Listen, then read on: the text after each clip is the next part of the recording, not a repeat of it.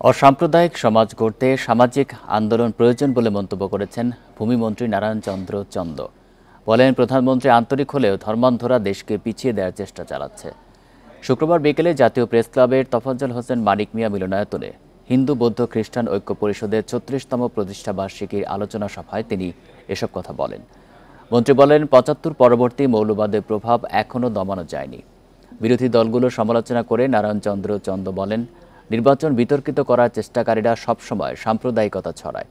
পয়লা বৈশাখ সহ সব অনুষ্ঠানকে তারা বিতর্কিত করার চেষ্টা করছে। অর্পিত সম্পত্তি আইন নিয়েও সরকার কাজ করছে বলে জানান ভূমিমন্ত্রী।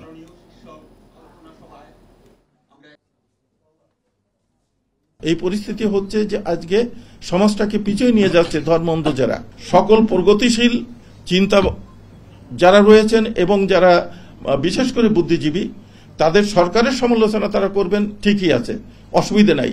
কিন্তু আমাদের একই চিন্তা ভাবনায় ঐক্যবদ্ধ হতে হবে।